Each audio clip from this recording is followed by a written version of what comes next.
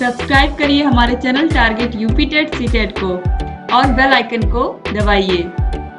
Hello friends, मैं रेनू स्वागत करती हूँ आप सभी भावी अध्यापक एवं अध्यापिकाओं का आपके अपने channel target UP TET CTET पे। दोस्तों, आज की इस वीडियो में हम पढ़ने वाले हैं आप लोग के डीएलएड सेकेंड सेमेस्टर के फर्स्ट पेपर वर्तमान भारतीय समाज एवं प्रारंभिक शिक्षा के अंतर्गत पवन सीरीज के अतिलघु उत्तरीय क्वेश्चंस की सीरीज में छठवां और लास्ट पार्ट। तो चलिए छठवां पार्ट आज यहाँ पर हम स्टार्ट करेंगे क्वेश्चन नंबर 251 से। क्वेश्चन नंबर 250 तक हमने 5 पार्ट में ऑलरेडी आप लोगों को पढ़ा दिया है। चलिए छठवां पार्ट आज हम स्टार्ट करेंगे और सभी क्वेश्चंस को अच्छे से पढ़ते हुए समझते हुए चलेंगे। तो चलिए दोस्तों, लास्ट पार्ट आज यहाँ पर हम कंप्लीट करेंगे। और एक चीज मैं और आप लोगों को बता दूं कि हम लोगों ने आप लोगों के सभी विषयों के पवन सीरीज, राजन सीरीज को कंप्लीट करा दिया है। सभी विषयों के बहुविकल्पी और अतिलघु उत्तरीय क्वेश्चंस आपको मिल जाएंगे हमारे चैनल पर। इसके अलावा आप लोगों के सभी विषयों के हैंड रिटेन नोट्स भी हमारे चैनल पर मिल जाएंगे। सभी विषयों के प्रीवियस ईयर क्वेश्चन पेपर्स भी हम करवा रहे हैं। इंग्लिश विषय का हमने completely previous year question paper करवा दिया है। आप लोगों के हर एक विषय को बहुत ही अच्छे से हमने पढ़ाया है। आप इस तरीके से अगर पूरे YouTube पर ढूंढोगे दोस्तों तो आपको कहीं नहीं मिलेगा जिस तरीके से target UP TET CTET channel ने पढ़ाया है आप लोगों को। आपके सेकंड सेमेस्टर को आप लोग जब वीडियोस को देखोगे तो आप लोगों को खुद ही पता चलेगा। तो चलिए हम क्वेश्चन नंबर 251 से स्टार्ट करते हैं। क्वेश्चन नंबर 251 है, अनौपचारिक शिक्षा के 2 उद्देश्य लिखिए। अनौपचारिक शिक्षा जीवन से संबंधित वे अनुभव हैं जिन्हें हम बिना किसी व्यवस्थित प्रयास, संस्था तथा साधन के स्वाभाविक स्थिति से प्राप्त करते हैं। इस प्रकार की शिक्षा प्रत्यक्ष रूप से जीवन से संबंधित होती है। यह शिक्षा स्वाभाविक रूप से होती है। इसकी ना तो कोई निश्चित योजना होती है, ना ही कोई निश्चित नियमावली। यह बालक के आचरण का रूपांतरण करते हैं, परंतु रूपांतरण की प्रक्रिया अज्ञात, अप्रत्यक्ष व अनौपचारिक होती है। अनौपचारिक शिक्षा के अंतर्गत बच्चा परिवार से जो कुछ भी सीखता है, चाहे उसके माता पिता सिखाते हों या उसके दादी बाबा सिखाते हों या उसके अपने मित्रों से कुछ सीखता है, चाहे वो खेल का मैदान हो, कहीं पर भी स्कूल से बाहर जो कुछ भी वो सीखता है वो सभी अनौपचारिक शिक्षा के अंतर्गत आते हैं। तो आप याद रखिएगा कि अनौपचारिक शिक्षा क्या होती है। ऐसी शिक्षा जिसका कोई समय स्थान नियत नहीं होता है, ठीक है, और ये कोई व्यवस्थित नहीं होती है, ना ही कोई इसकी पहले से योजना होती है।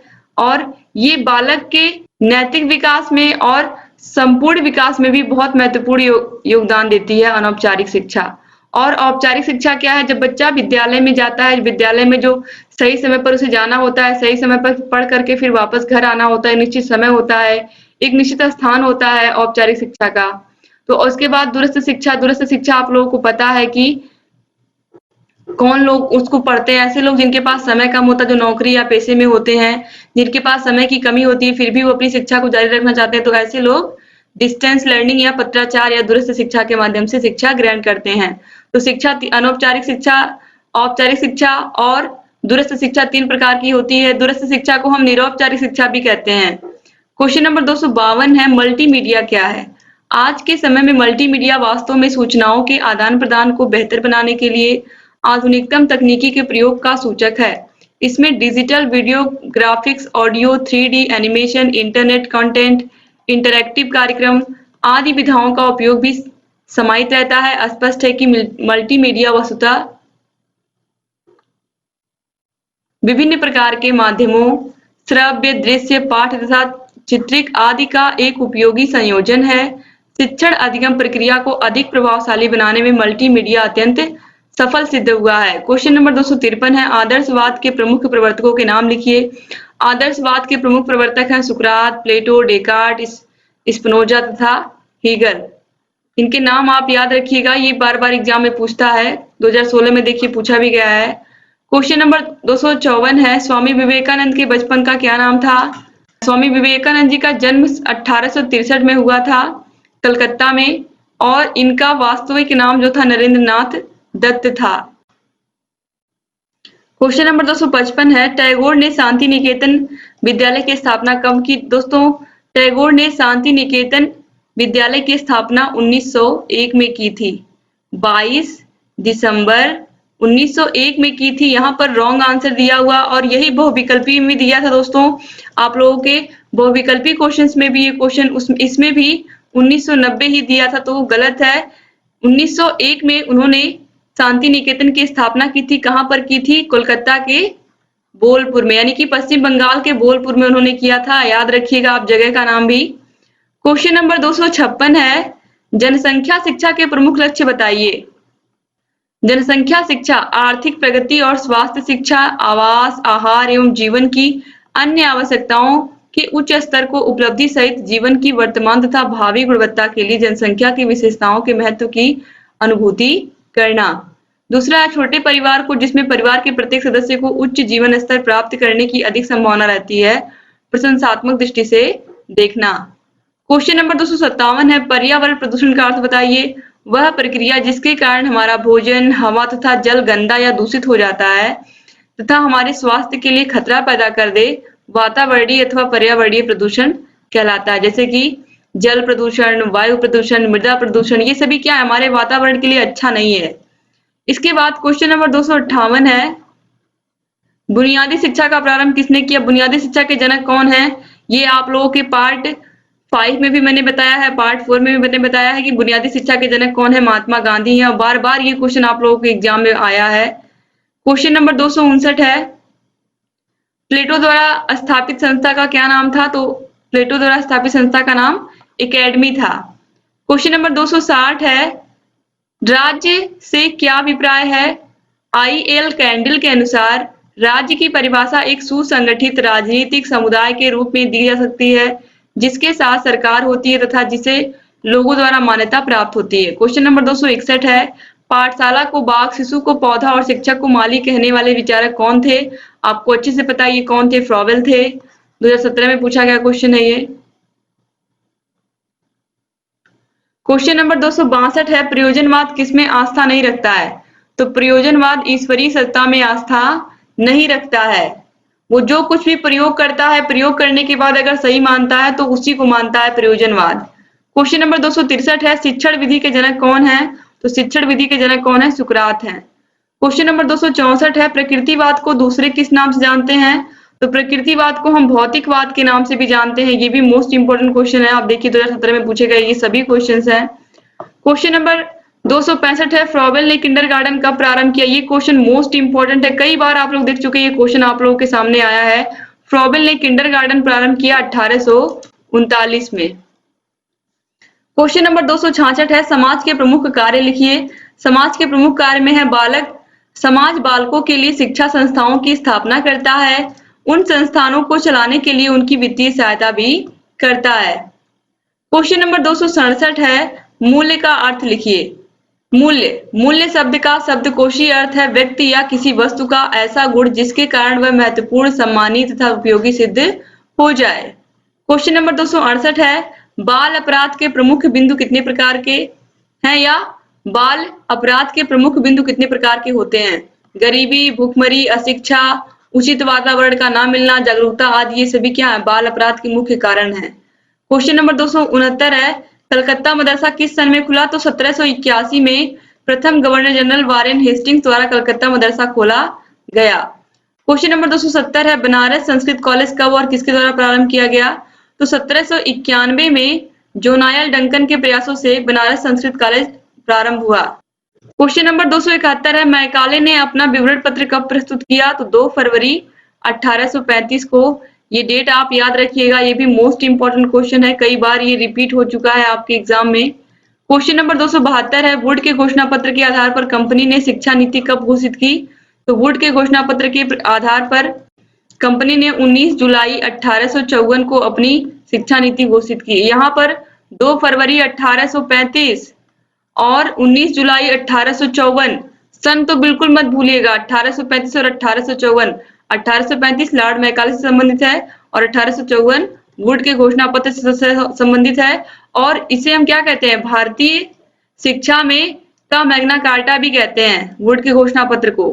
क्वेश्चन नंबर 273 है, निरौपचारिक शिक्षा के विभिन्न साधनों में किस आयु वर्ग के लिए अधिक दबाव डाला गया। तो 11 वर्ष से लेकर के 14 वर्ष तक के।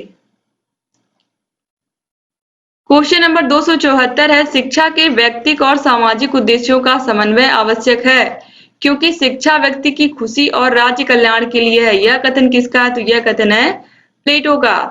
क्वेश्चन नंबर 275 है, प्राथमिक शिक्षा कब प्रारंभ होती है। आपको अच्छे से पता है कि प्राथमिक शिक्षा 6 वर्ष से लेकर के 14 वर्ष तक चलती है, तो यहाँ पर आप 12 को 14 भी लिख सकते हो। तो मोस्टली आपको 6 से लेकर के 14 वर्ष ही मिलेगा प्राथमिक शिक्षा, और कहीं-कहीं आपको 12 वर्ष भी लिखा हुआ मिलेगा। तो इसको हम पूरी तरीके से गलत नहीं कह सकते हैं, लेकिन 6 से लेकर के 14 वर्ष तक के बालकों को हमारे देश में, आप लोगों को पता भी है कि हमारे देश में निःशुल्क एवं अनिवार्य शिक्षा उनका मूल अधिकार है। तो 6 से लेकर के 14 वर्ष तक की शिक्षा को ही बच्चों की प्राथमिक शिक्षा कहा जाता है। तो अगर इस तरीके से हम देखेंगे तो 6 वर्ष, यहाँ पर केवल इतना पूछा है कि प्राथमिक शिक्षा कब से प्रारंभ होती है, कब प्रारंभ होती है, तो 6 वर्ष से प्रारंभ होती है। आपको केवल आंसर यही लिखना है कि 6 वर्ष से प्रारंभ होती है, कब तक खत्म होती है ये तो यहाँ पर लिखना ही नहीं है। क्वेश्चन नंबर 276 है, गांधी जी द्वारा प्रतिपादित शिक्षा की परिभाषा लिखिए। शिक्षा से मेरा तात्पर्य बालक और मनुष्य के शरीर, मस्तिष्क व आत्मा का उत्कृष्ट विकास करना है। क्वेश्चन नंबर 277 है, शिक्षा त्रिमुखी प्रक्रिया है, यह इस कथन की व्याख्या करिए। जॉन ड्यूबी का मानना है कि शिक्षा प्रक्रिया में शिक्षक अपने शिक्षार्थी को निश्चित रूप से, निश्चित समय में, निश्चित विधि से, निश्चित विषय वस्तु को निश्चित स्थान पर प्रदान करता है, इसलिए शिक्षक शिक्षार्थी के साथ ही निश्चित पाठ्यक्रम का भी होना आवश्यक है। यानी कि त्रिमुखी प्रक्रिया के अंतर्गत शिक्षक, शिक्षार्थी और पाठ्यक्रम, ये 3 चीजें आती हैं। क्वेश्चन नंबर 278 है, औपचारिक शिक्षा किसे कहते हैं? इसमें शिक्षा देने की योजना अर्थात समय, स्थान, अध्यापक, विधि एवं पाठ्यक्रम पूर्व निर्धारित होते हैं। जैसे कि स्कूली शिक्षा, आज के समय की, इसका समय निश्चित होता है, स्कूल का स्थान भी फिक्स होता है, जगह पर अध्यापक आते हैं, विधि पूर्वक पढ़ाते हैं और पाठ्यक्रम को कंप्लीट करवाते हैं। तो ये होती है औपचारिक शिक्षा। क्वेश्चन नंबर 279 है, परिवार में बच्चों को मुख्य रूप से किस विधि द्वारा शिक्षा दी जाती है? तो अनौपचारिक शिक्षा, ऑलरेडी मैं आपको बता चुकी हूँ कि परिवार से, आसपास समाज से जो भी शिक्षा बच्चे को मिलती है वो अनौपचारिक शिक्षा के अंतर्गत आती है। आप देखिए क्वेश्चन पूछा गया एग्जाम में। क्वेश्चन नंबर 280 है, प्रयोजनवादी शिक्षा के 2 उद्देश्य लिखिए। तो पूर्व निश्चित उद्देश्यों का विरोध, नवीन मूल्यों का निर्धारण, मूल्य दर्शन, प्रयोजनवाद। क्वेश्चन नंबर 281 है, बुनियादी शिक्षा के जन्मदाता कौन है? तो कौन है? महात्मा गांधी। क्वेश्चन नंबर 282 है, डॉक्टर मारिया मॉन्टेसरी का जन्म कहाँ हुआ था? इटली में हुआ था। क्वेश्चन नंबर 283 है, समाज की एक उपयुक्त परिभाषा लिखिए। मैकाइवर एवं पेज के अनुसार समाज लोकाचार एवं कार्यविधियों, प्रभुत्व, पारस्परिक सहयोग, अनेक समूहों एवं वर्गों तथा मानव व्यवहार के नियंत्रण एवं स्वच्छंदता की एक व्यवस्था है। इस सतत परिवर्तनशील जटिल व्यवस्था को हम समाज कहते हैं। यह समाज संबंधों का एक जाल है और सदैव बदलता रहता है। क्वेश्चन नंबर 284 है, शिक्षा को प्रभावित करने वाले 2 प्रमुख कारकों को लिखिए। तो परिवार, समाज, विद्यालय, राज्य एवं जनसंचार, ये सभी शिक्षा को प्रभावित करते हैं। क्वेश्चन नंबर 285 है, शिक्षा के सार्वभौमिकरण से क्या आशय है?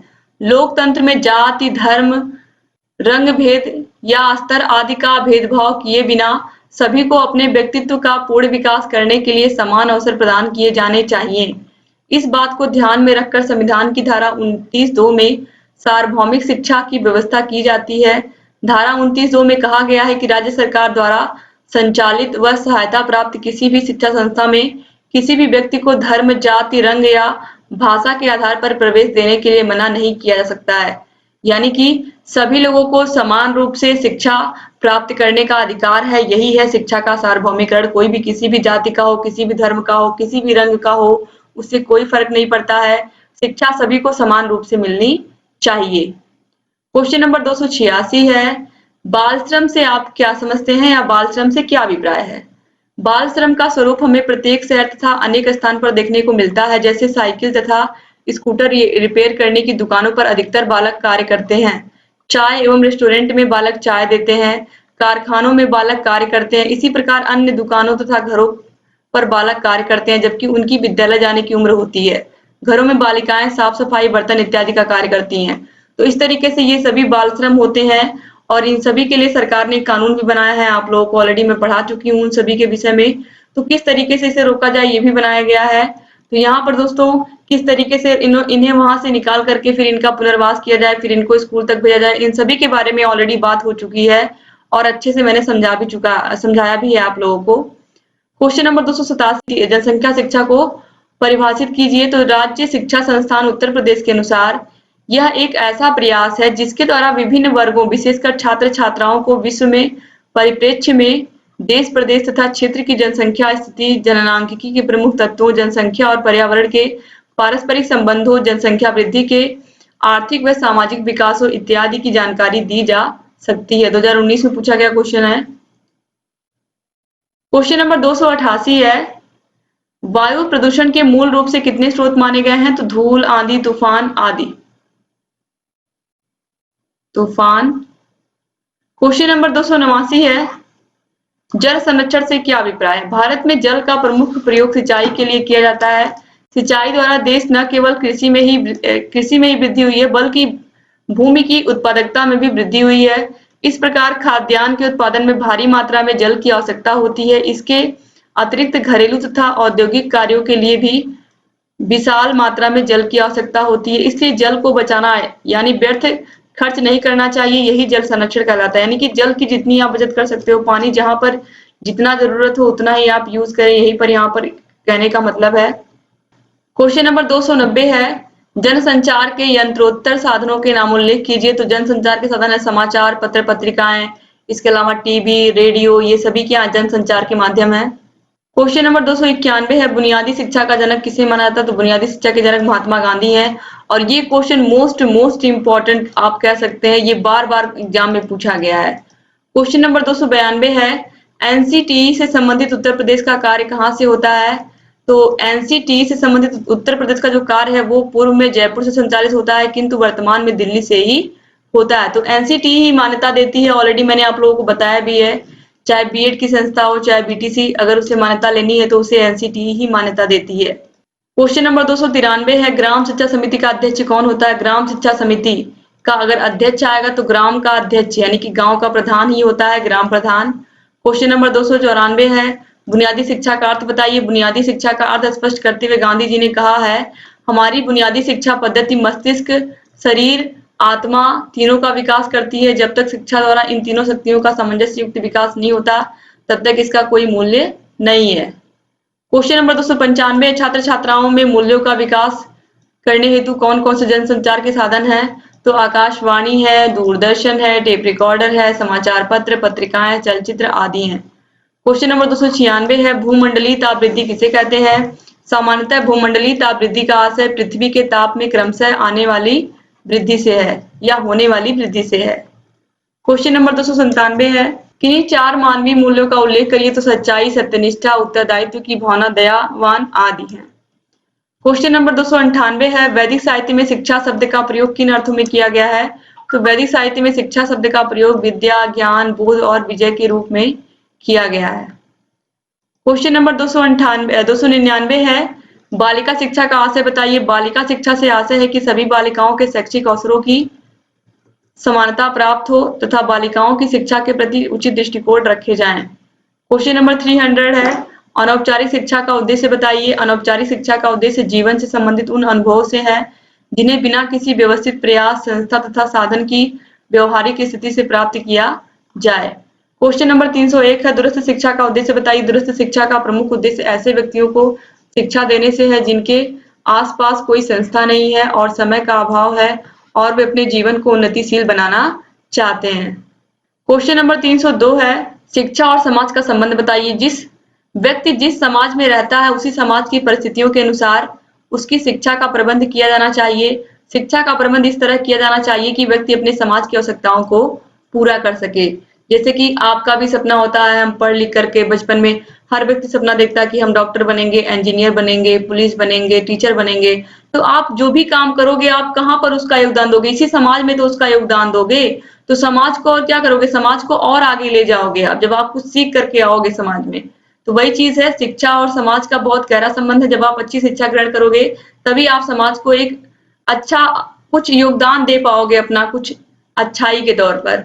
तो इस तरीके से यहाँ पर आपके सभी अति लघु उत्तरीय क्वेश्चन कंप्लीट होते हैं। आपके फर्स्ट पेपर वर्तमान भारतीय समाज एवं प्रारंभिक शिक्षा के भी आपके सभी विषयों के सभी पेपर मैंने कंप्लीट करा दिए। पवन सीरीज भी कंप्लीट करा दिया, राजन सीरीज भी कंप्लीट करा दिया और सभी विषयों के हैंड रिटेन नोट्स भी कंप्लीट करा दिए। सभी विषयों के प्रीवियस ईयर क्वेश्चन पेपर भी हम सॉल्व करवा रहे हैं। सभी विषयों के हम लोगों ने चैप्टर वाइज आप लोगों के इंपॉर्टेंट क्वेश्चंस भी करवा दिए हैं। इस तरीके से हमने पढ़ाया है कि आप लोगों का कहीं भी कोई भी क्वेश्चन ना छूटे। अगर आप हमारे चैनल से सभी वीडियोस को देख के जाएंगे तो आपको सभी विषय अच्छे से मिल जाएंगे और सभी विषयों के आपको क्वेश्चन एग्जाम में डेफिनेटली देखने को मिलेंगे, क्योंकि हमने बहुत ही अच्छे से अपने चैनल पर पढ़ाया है। यहाँ पर आपको आई बटन मिल जाएगा। आई बटन पर आप जैसे ही क्लिक करोगे, अब तक जितनी भी वीडियोस हमने बनाई है, आप कभी भी कहीं भी जब आपका मन करे आप देख सकते हो।